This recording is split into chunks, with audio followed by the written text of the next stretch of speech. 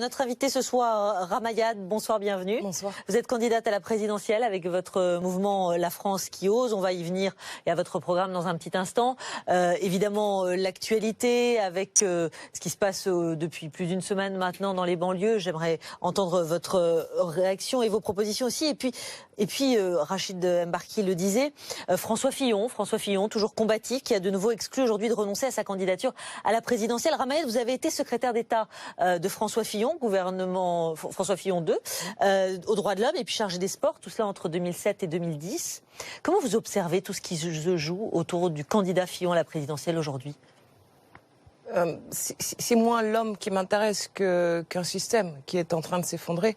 C'est un monde à part, au fond, un monde à part qui est fait de privilèges depuis tellement longtemps, du fait d'un cumul des mandats dans le temps, à force de vivre dans le confort des deniers publics liés à ces mandats qui se succèdent année après année, décennie après décennie, on finit par confondre l'argent public et le sien. Et c'est un monde finissant, c'est un monde à part, où le manque de discernement le dispute à l'aveuglement. Et au fond, ce n'est pas François Fillon en soi, c'est un système. C'est un système, mais ça vous a surpris quand même que ça touche François Fillon? C'est la conséquence naturelle de ce cumul de mandats dans le temps d'hommes et de femmes qui n'ont pas de métier et qui donc n'ont jamais rien fait d'autre que d'exercer des mandats publics. Et je crois qu'aujourd'hui, il faut réagir. C'est un gâchis, clairement, parce que cette victoire exceptionnelle qui a été la sienne au moment de la primaire, qui allait rester dans les annales, s'est traduite en quelques semaines par un gâchis phénoménal qui va aussi rester dans les annales. Mais tout cela n'a de sens que s'il y a une réaction de ce personnel politique-là, s'il peut encore réagir. Moi, je crois fondamentalement qu'il faut changer d'époque, de cycle, et qu'ils incarnent un monde qui n'est plus. Il faut aligner le régime des parlementaires en matière de retraite et de chômage sur celui des Français. Ça, c'est une chose importante.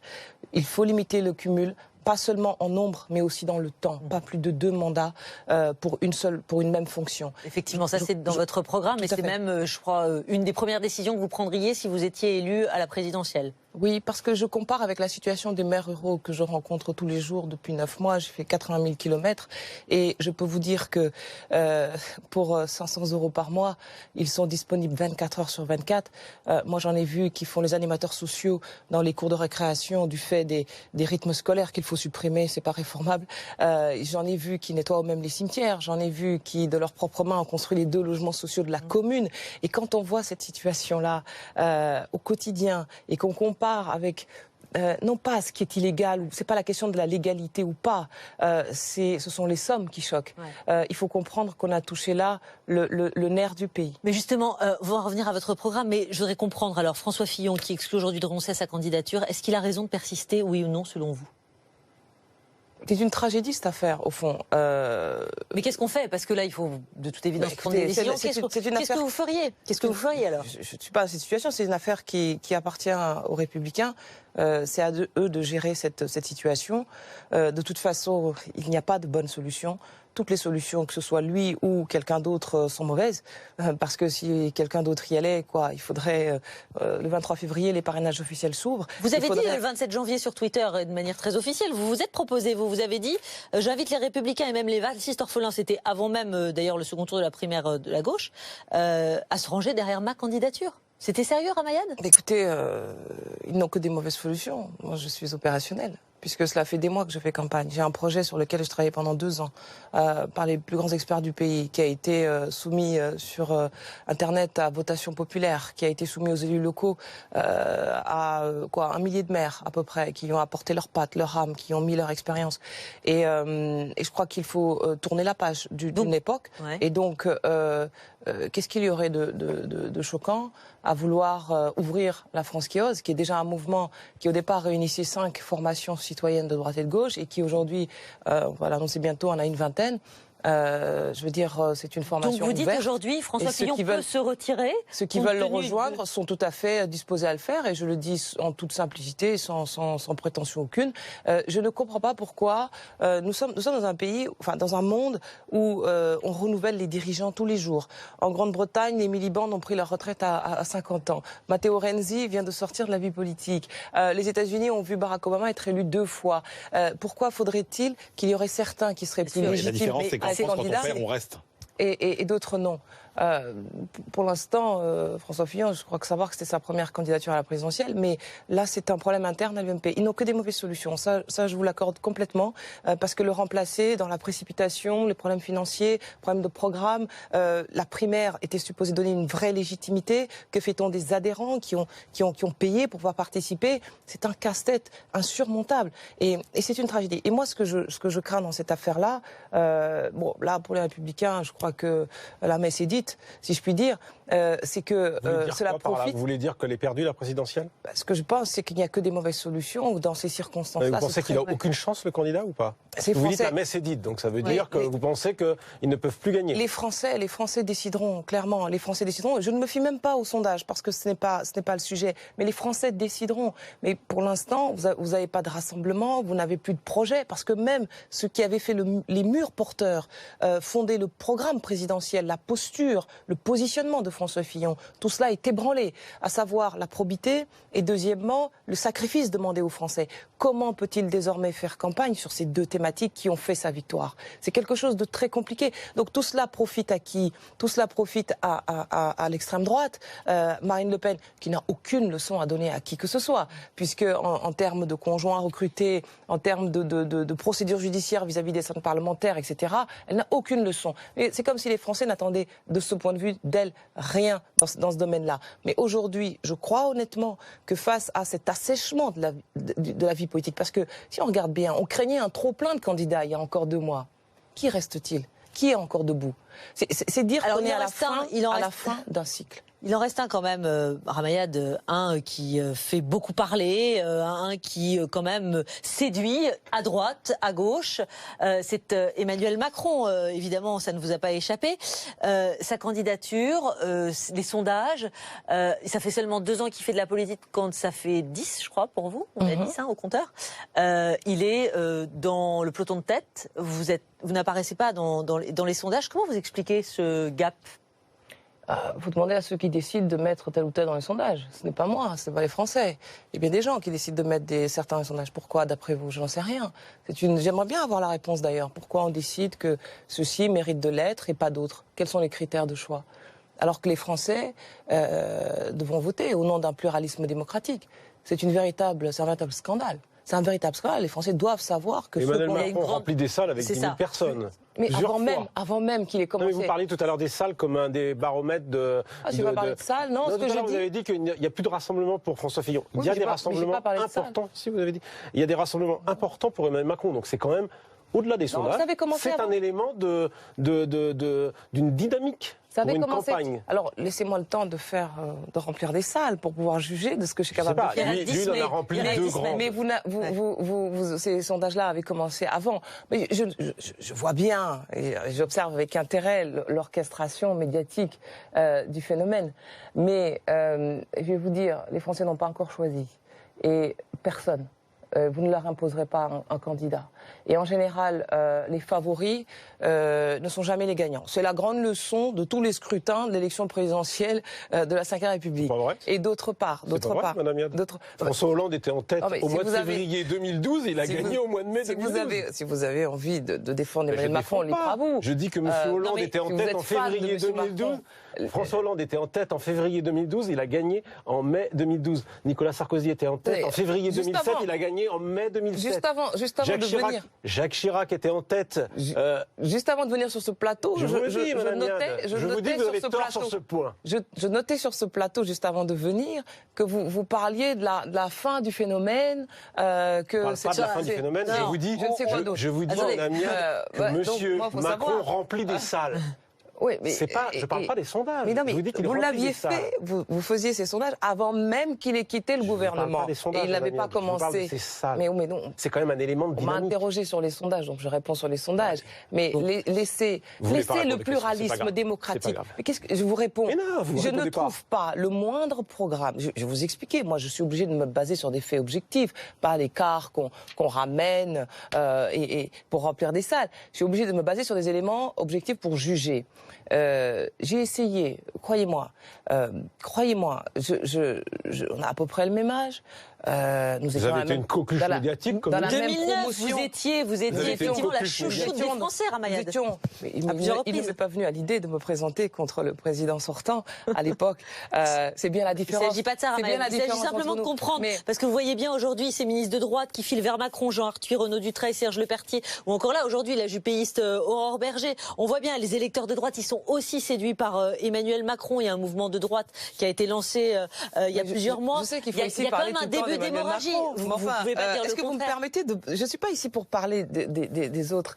Je suis ici, même pas pour parler de François Fillon, mais pour ce qu'on peut faire pour que ça ne se reproduise pas. Je ne suis pas ici pour parler des phénomènes médiatiques. Je suis là pour parler du fond et de ce que je propose pour les Français. Bien sûr, mais on se pose la question, nous, parce que comme vous vous situez finalement un peu au croisement, vous n'êtes ni de droite ni de gauche, vous avez été à l'UMP, à l'UDI, au Parti radical, on se dit finalement pourquoi pas Emmanuel Macron? Il pourrait y avoir une proximité. Parce que je ne me fie pas au phénomène de mode. Je m'appuie sur la réalité d'un projet politique. Au-delà de ça, il y a des philosophiquement, vous avez des points communs. Laissez-moi juste terminer ma phrase, que j'essaie de finir depuis tout à l'heure. Non, mais le contenant ne suffit pas. Il ne suffit pas d'une posture. On peut avoir une posture identique, un âge identique, sortir de la même promotion, etc. Mais ça ne dit pas ce que vous proposez pour la France, ça ne dit rien. Et donc, moi, je me suis évertuée à vouloir juger sur des faits, donc au moins un programme. Parce que les faits, bon, le bilan est maigre, mais au moins sur un projet politique. Et d'abord, je peine à trouver ce projet politique, ce programme, depuis des mois. Et lorsque je mets enfin la main sur une petite idée, je tombe sur le SMIC, sur les 39 heures pour les 39 heures pour les jeunes, les 35 heures pour le reste de la population. Ça me rappelle le SMIC jeune d'Édouard Balladur. On nous parle santé et je vois passer une mesure en doctissimo géant public. Donc on va se soigner sur Internet. Lorsque je regarde sur ce qui est ma spécialité, la politique étrangère, j'entends qu'il faut faire avec Bachar el-Assad. C'est un vieux candidat. Donc Ramayad, si je traduis, s'il vous proposait, s'il vous tendait la main, ce serait non. Non, on ne peut pas. C'est pour ça que je vous pose la question, parce que je veux savoir si vous êtes prête à insulter l'avenir ou pas. Je ne suis d'accord en rien avec le peu qu'il propose. Et on ne le connaît pas. Vous l'avez dit vous-même. Les Français savent qui je suis, mes qualités comme mes lacunes. J'ai été décortiquée dans tous les sens pendant 10 ans. Je suis passée par toutes les épreuves pendant 10 ans. J'ai partagé les grands et les mauvais moments des Français. Et donc, moi, je veux bien, si vous rencontrez un type demain, vous allez l'épouser tout de suite. Mais attendez, je vais vous demander, on va réfléchir. Il s'agit de la France. Donc les Français, d'une période difficile les Français pour les aujourd'hui, Français. À droite comme à gauche, ou des anciens ministres qui sont séduits, ils sont séduits sur du vent. Mais ce n'est pas lui, c'est le rejet des autres. Ce n'est pas lui, c'est le discrédit qui frappe la classe politique. Mais moi, j'invite les Français à réfléchir à deux fois. Au fond, j'invite même pas, à la limite, à se baser sur les belles paroles, ni même sur les programmes. Même sur les programmes. J'ai envie de dire, parce que les Français ont soif d'authenticité, regardez qui ils sont et ce qu'ils ont fait. Ce sera beaucoup plus solide dans le choix que de se contenter de ça. Vous voulez faire allusion à son passé de ministre de l'économie de François Hollande, de conseiller de François Hollande, secrétaire général adjoint, c'est quand même un gros poste. Vous voulez dire, c'est ça en fait pour lui, son bilan en fait. Il a partagé tout le bilan de la gauche, aussi bien effectivement en tant que conseiller de François Hollande lorsqu'il était candidat, Ensuite, en tant que secrétaire général adjoint de l'Élysée, il a été conseiller économique. Donc, on ne peut pas dire que la version de la Coupe du chômage, ça n'a rien à voir. Ensuite, il a été ministre de l'économie, ce qui n'était pas un poste anodin. Il ne peut pas faire comme si le chômage, la crise économique, il n'a rien à voir. Les rares mesures qu'on a vues passer dans ce bilan en matière agricole est un désastre pour les communes, pour les agriculteurs. Vous dites niet de manière catégorique. Et les bus Macron, j'en parle même pas. D'accord. Donc il vaut mieux pas qu'ils vous tendent la main. Non, mais je veux dire, non, je suis en campagne. J'ai un projet politique. Alors justement, vous êtes en campagne, vous en êtes où? Je prépare aussi, en même temps que le présidentiel, législative. Pourquoi voulez-vous Vous n'avez pas d'appareil, Ramayad, vous en êtes où de vos parrainages? On était à 300 mi-janvier, c'est ça? 300 mi-janvier. 300 mi-janvier, si on fait bien les comptes. C'était en décembre. C'était en décembre. Alors 300 en décembre, on est donc début février, mi-février. Je n'exprime plus de comptabilité parce que nous entrons bientôt dans la période officielle des parrainages à partir du 23 février. Donc voilà, arrêtons de parler et faisons. Donc c'est bien parti, Ramayad, parce que du coup, effectivement, la montre. Il a fallu. La montre tourne. Oui, raisonnablement optimiste. Ça a été un travail de fond. C'est-à-dire un travail de conviction, de terrain. Je ne me suis pas contentée d'envoyer un mail. C'est un travail difficile. Vous êtes allé sur 80 000 kilomètres, effectivement, vous avez sillonné le pays. Oui, et je peux vous dire que chacun, je leur ai parlé. Il a fallu les convaincre. Les maires ruraux dotés d'un manifeste pour les ruralités, que j'ai travaillé avec eux. Les maires des communes littorales, 1500, dotés d'un plan d'action pour la mer et pour la croissance bleue. Les collectivités d'outre-mer, avec un contrat pour les outre-mer. Ça a été un travail éprouvant. Réellement, enfin, je le dis. Combien de kilomètres vous disiez? 80 000 kilomètres. Ça coûte cher de faire une collecte comme ça, enfin une collecte de promesses, puisque ce sont des promesses. Ça coûte cher, mais je vais vous dire, je suis revenue de là, au-delà même des parrainages, et c'est ça qui est extraordinaire, avec l'idée, on parlait des banlieues tout à l'heure, mais aussi les campagnes qui sont écrasées par le mépris de la République et de cette aristocratie politique. Des communes qu'on veut supprimer aujourd'hui avec la loi NOTRe, qu'on écrase de charges avec les rythmes scolaires, dont on baisse les dotations. Alors justement, on veut réellement les faire disparaître. C'est important pour la cohésion sociale du pays. Parce que vous parlez... et deuxième élément, certains d'entre eux sont les porte-parole de ma campagne électorale, parce que ce qu'ils m'ont dit, ce dont ils témoignent tous les jours, ce travail 24 heures sur 24 pour 500 € par mois, je veux qu'ils puissent le dire ici à BFM TV en prenant en français les témoins, parce qu'eux aussi ont le droit d'avoir accès aux médias pour s'exprimer. Et ensuite aux législatives. Un certain nombre d'entre eux se présenteront aussi aux législatives avec nous, parce qu'on présentera 577 candidats. Ce que je suis en train de vous dire là, c'est que je ne suis pas en train de mener une campagne ou une candidature de témoignage. Je ne suis pas en train de faire une campagne d'égo. Je ne cherche pas à négocier un poste. Je ne veux pas rallier qui que ce soit. Comment vouloir exister quand on n'est déjà plus rien? C'était les mots de Jean-Christophe Lagarde, président de l'UDI, dont vous avez été exclu. Évidemment qu'il n'allait pas évidemment soutenir votre candidature. Mais quand on entend ça, quand on entend ceux qui disent que cette candidature c'est votre dernière cartouche parce que finalement vous avez été exclu du Parti radical en marche parce que vous n'avez. Heureusement que ma vie est devant moi. Non mais Ramayad, qu'est-ce que vous leur répondez? Qu'est-ce que vous leur répondez? Vous leur dites si j'ai des chances d'être aujourd'hui au second tour, quelles sont-elles dans ce cas? Quelles sont-elles vos chances d'être aujourd'hui au second tour? Vous seriez capable de parier ici, Nathalie Lévy, que je puisse ne pas l'être. Vous pouvez l'assurer aujourd'hui? Non, après toutes les. Moi, je vous demande de leur répondre à eux et de nous dire tous les sondages qui ont été démentis aujourd'hui. Tous les troisièmes hommes qui sont devenus les premiers. D'ailleurs, il faudrait qu'il y ait une femme là-dedans, parce que moi, je ne veux pas d'une élection présidentielle où il y aurait deux femmes uniquement, pour représenter les femmes de France. L'extrême droite avec Marine Le Pen et l'extrême gauche avec Nathalie Arthaud. Je pense que les femmes de France ne peuvent pas se contenter d'une représentation uniquement liée à des extrêmes. Mais je vais vous dire une chose, ces personnes qui critiquent parce qu'ils ne peuvent pas attaquer le raisonnement, ils attaquent le raisonneur. Qu'est-ce que vous voulez que je dise d'eux? Ils se sont trompés dans tous les domaines. Ils n'ont pas su faire exister le centre. Ils ont fait du centre, qui était une grande famille politique, porteur d'une grande tradition du radicalisme et des démocrates chrétiens.